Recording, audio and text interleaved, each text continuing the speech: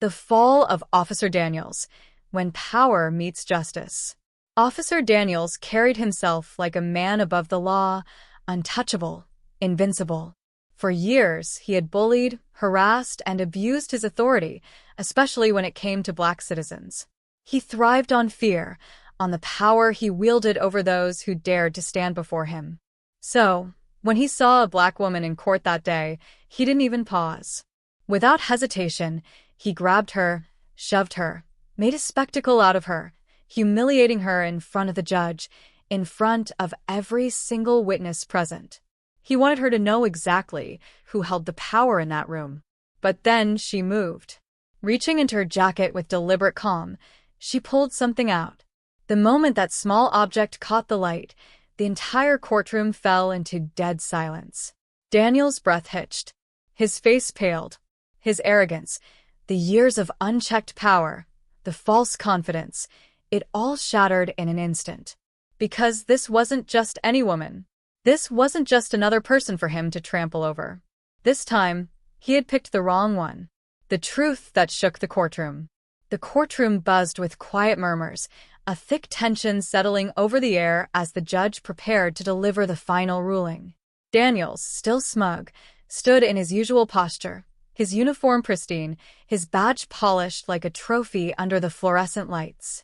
He had done this countless times before, taken the stand, given testimony, twisted narratives in his favor. And more often than not, the people he testified against shared one common trait. They were Black, just another statistic in a system that thrived on men like him. Today, he believed, was no different. But then, the doors at the back of the courtroom swung open. A woman stepped in, her presence demanding attention without a single word. She wore a sleek black suit, her posture exuding authority. Every step she took measured and deliberate. There was something about her, a silent power, a quiet storm brewing behind those sharp, watchful eyes. She moved with the confidence of someone who didn't need to announce her presence, because it was already known. She settled into a seat in the gallery, her gaze locking onto Daniels as he continued to spew his testimony. The moment he noticed her, something in his expression shifted. Annoyance, irritation. Another Black woman. Probably some relative. Praying for a miracle. He smirked, dismissing her instantly, turning his attention back to the judge. Then she stood. Daniel's body tensed. His eyes narrowed. Something about her set him on edge. "Sit down, lady," he snapped, taking a few aggressive steps forward. "This isn't your business." But she didn't flinch, didn't cower, didn't react the way he expected. "Excuse me," she said, her voice steady, laced with something cold, something dangerous. Daniel scoffed. He lived for moments like this, ensuring that people like her knew exactly where they stood. He stepped closer, his voice dropping to a low, sneering whisper. "You lost," he taunted. "This ain't the welfare office." A hush fell over the room. The judge's gavel hovered midair, his face frozen in shock. Audible gasps rippled through the crowd. But the woman? She didn't move. Didn't even blink. Instead, she spoke. "Remove your hand." Her voice was controlled, but beneath it was an unmistakable edge of steel. Daniels tightened his grip on her arm, his fingers pressing into the fabric of her sleeve. "Or what?" he spat, giving her a slight shove, the rush of power electrifying him.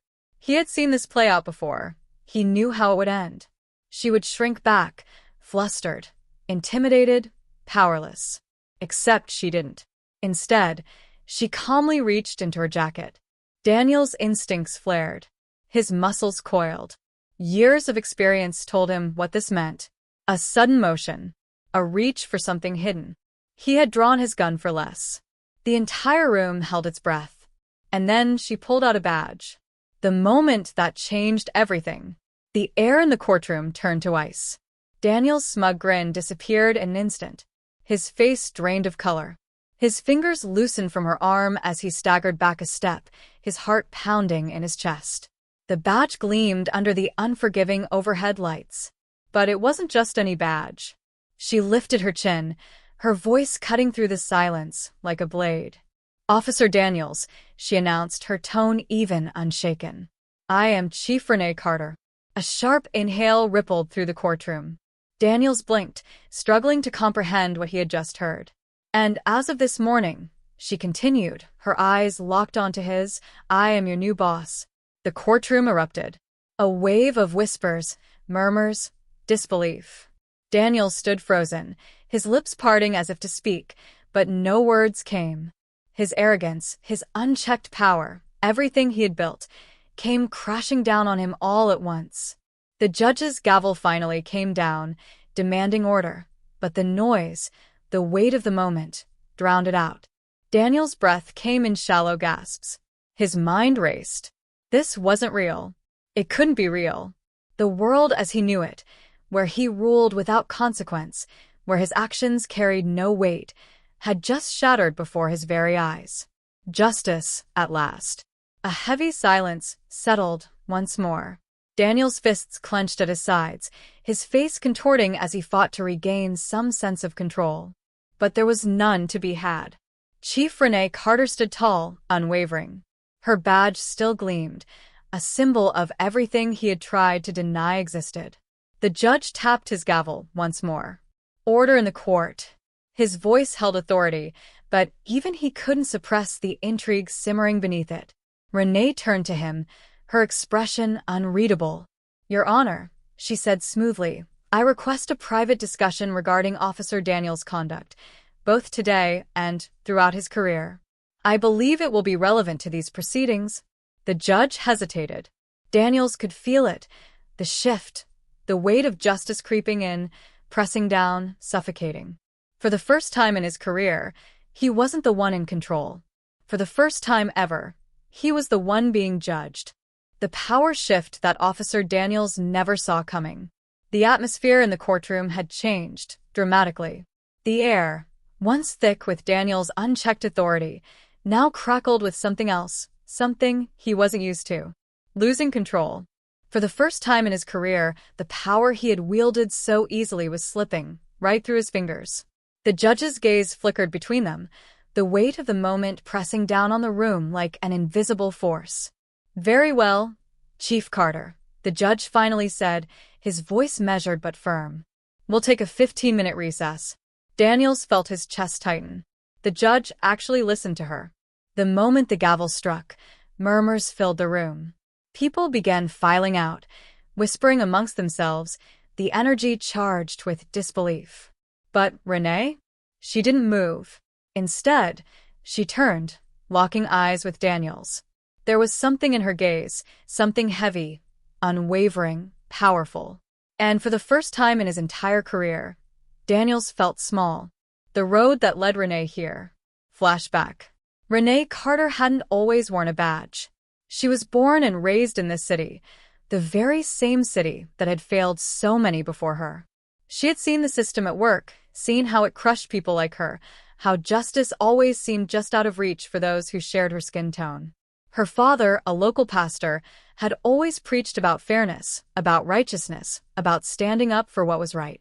But even he had admitted, in quiet moments, that justice was a rare thing for Black families in their neighborhood. Then came the night that changed everything. She was 16. She stood frozen, clutching her mother's hand, helpless as she watched officers rip her older brother from his car. He had matched a description. That's all it took. They slammed him against the hood, threw him in cuffs. He hadn't done anything wrong, but that didn't matter. That night, something ignited inside her. She knew then that the only way to fight a corrupt system was to get inside it, to dismantle it from within. It wasn't easy. Nothing about it was easy. The academy was a battle. Racism wasn't whispered. It was spoken loud, clear, unavoidable. White officers doubted her authority at every turn. Superiors questioned her decisions. She was tested, pushed, underestimated. But she didn't break. She climbed and climbed. And now, she had made history. The city's first Black female police chief. And her first order of business? Cleaning out the rot. Daniels feels the walls closing in. Back in the courtroom, Daniels paced the now empty aisle, his pulse hammering in his throat. He needed to fix this. He had connections. people who had protected him for years. This wasn't over, not yet. Reaching for his phone, he quickly dialed a number, his voice low when the line picked up. "Yeah, it's me," he whispered. "We have a problem. The evidence that could end it all." Inside a private room, Renee stood across from the judge and the defense attorney. "Your Honor," she said, placing a thick folder onto the table. "Before we proceed with Jamal Brown's case, there's something you need to see." The judge flipped it open. Inside, a damning collection of documents. Complaints, lawsuits, excessive force reports. One name appeared over and over again. Officer Daniels. The judge's face darkened as he skimmed the records. "Why haven't I seen this before?" he demanded. Renee's answer was simple. "Because Daniels was protected," she said. "But not anymore." Just then, a knock at the door. An officer stepped in, his face uneasy. "Chief Carter," he murmured. "You might want to see this." Renee followed him into the hallway, where murmurs filled the courthouse. Outside, reporters had already gathered. And at the center of it all, Daniels. Surrounded by a lawyer and a handful of high-ranking officers, he stood before the cameras, microphone in hand, his voice laced with feigned outrage. "This is a political hit job," Daniels declared, shaking his head. "I've done nothing wrong. I'm being targeted because I uphold the law." Renee's jaw tightened. He was playing the victim. Of course he was. The real battle begins. Inside the courthouse, Renee's phone vibrated. A message flashed across the screen. "Internal Affairs. Be careful. Daniels still has people protecting him." She exhaled slowly. She already knew that. The fight wouldn't be easy. It never was. But she had prepared for this moment for years. Back in the courtroom, the judge called the session back into order. His gaze flickered between Renee and Daniels, the weight of the evidence clear in his expression. "Chief Carter," he said, his tone measured. "I've reviewed the documents you provided. These are serious allegations." Daniels leaned back in his chair, arms crossed. His smirk returned, confidence creeping back. "Allegations, Your Honor," he said smoothly. "Nothing proven. And let's be honest, the chief here seems to have a personal vendetta against me." Renee stepped forward, her voice unwavering. "It's not personal, Officer Daniels," she said. "It's justice." She turned to the judge. "Your Honor, I formally request that all of Officer Daniels' previous excessive force cases be reopened, starting with the case of Jamal Brown." A murmur rippled through the courtroom. Daniels' jaw tightened. The judge hesitated, then gave a slow nod. "I'll take that into consideration," he said. "But be warned, Chief Carter. This will be an uphill battle." Renee didn't blink. "I understand, Your Honor," she said. "But it's a battle worth fighting." Daniels strikes back. Daniels stormed out of the courthouse, rage boiling beneath his skin. His fists clenched, his mind racing. He couldn't let this happen. Grabbing his phone, he barked into it, his voice sharp. "Find me something on her," he snapped. "Anything. I don't care if you have to dig up her kindergarten report card." The voice on the other end hesitated. "Daniels, you don't get it. This isn't just some political stunt. Carter's got evidence. Real evidence." Daniels sneered. "Then we make sure no one sees it." The cover-up begins. That night, under the cover of darkness, a masked figure slipped into the police department's internal evidence room. Files were pulled. Computers were wiped. And, by morning, the case was gone. The fatal mistake that sealed Daniels' fate. Renee had been expecting this. When she arrived at the station, her office was ransacked. Papers scattered across the floor, drawers pulled open, files missing. And, right in the center of her desk, a single sheet of paper.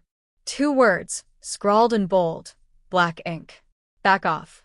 She picked it up, reading it slowly. Then she smiled. Daniels had just made his biggest mistake yet. She turned to her assistant, her voice steady, unwavering. "Get me a warrant," she said.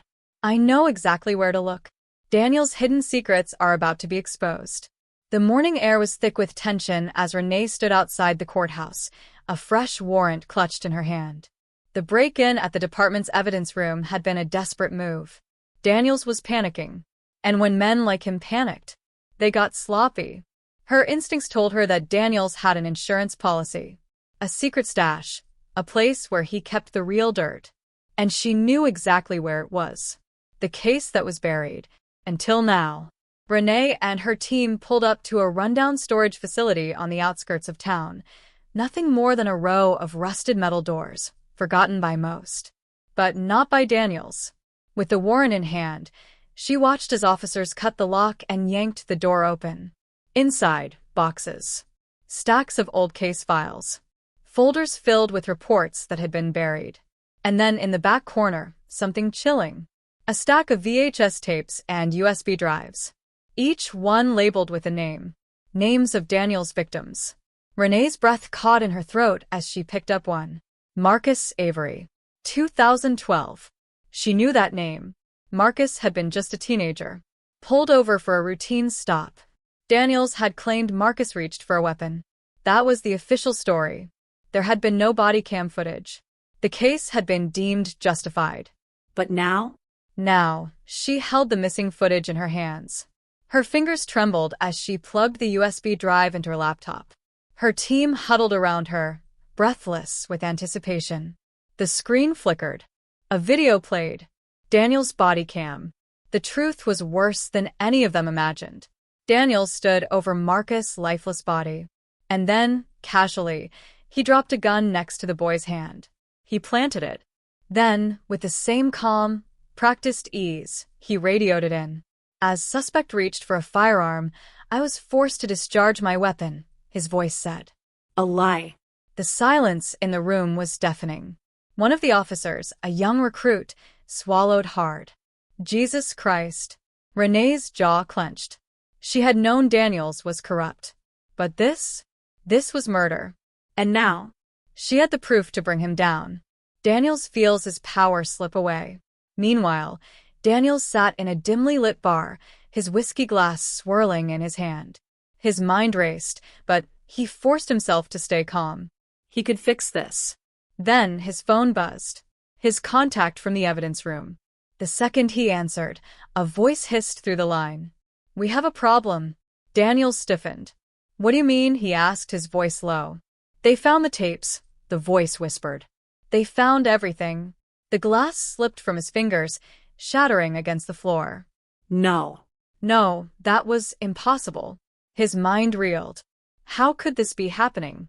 The world, the one where he had been untouchable, was crumbling beneath him. Renee drops the bombshell. That evening, Renee stood on the steps of the precinct, cameras flashing. The city was watching. She held up the USB drive. In my hands, she announced, voice steady, is undeniable proof that Officer Daniels has falsified reports, planted evidence, and covered up his crimes, including the murder of Marcus Avery. A ripple of gasps spread through the crowd. Reporters pushed forward. Microphones were thrust into her face. Daniels, watching from a distance, felt his stomach drop. She wasn't stopping. She was going public. For the first time in his career, he had no way out. The press conference exploded across every news channel, every social media platform. Officer Daniels exposed. Secret footage reveals murder cover-up. Renee stood firm, the cameras capturing her unwavering stance. This isn't just about one bad cop, she continued. This is about a system that allowed him to operate without consequence for years. That ends now. Daniels is abandoned. Sitting in his car, Daniels' phone wouldn't stop buzzing. Calls. Messages. Fellow officers. His superiors. The police union. Some told him to lay low. Others? They were cutting ties completely. He clenched his jaw, gripping the steering wheel so tightly his knuckles turned white. They were abandoning him. The very system that had protected him for years was now turning its back on him. And then, the final blow. His lawyer called. Daniels answered, his voice sharp. What's the plan? He demanded. A long pause. Then the lawyer sighed. The department is moving to suspend you indefinitely. Without pay. Daniel's stomach twisted. They can't do that, he hissed. I have connections. I have leverage. The lawyer hesitated. They have the Marcus Avery video. Daniels, he said quietly. It's indisputable. Daniels slammed his fist against the dashboard, his breath ragged. This wasn't happening. Desperation breeds recklessness. Daniels stormed into the police union office, rage boiling beneath his skin. "You can't just throw me to the wolves," he spat. "I did what I had to do. The streets are safer because of me." But the men inside, the same ones who had laughed at his racist jokes, the ones who had covered for him, wouldn't meet his eyes. One of them, an older officer, finally spoke. "Daniels," he said, his voice low, "you need to get out in front of this. Deny everything. Say the footage was edited." Daniels' eyes burned. "Are you serious?" he snapped. "You think a fake video excuse is gonna work? Carter has the public eating out of her damn hands. If we don't shut this down now, we're all next." Silence. Then, another officer shook his head. "No. You're next." Daniels felt the blood drain from his face. They were done protecting him. For the first time in his life, he knew what it felt like to be powerless. The final blow. That night, Renee issued an official warrant for Daniels' arrest. But when officers arrived at his house, banging on the door, Daniels was already gone. A manhunt was now underway. Helicopters hovered above. Checkpoints were set up at every highway, every airport, every bus station. Daniels had nowhere to run. And then, Renee's phone buzzed. A message from an unknown number. "You think you've won? This isn't over." Renee smirked, locking her phone. "Oh, but it was only just beginning."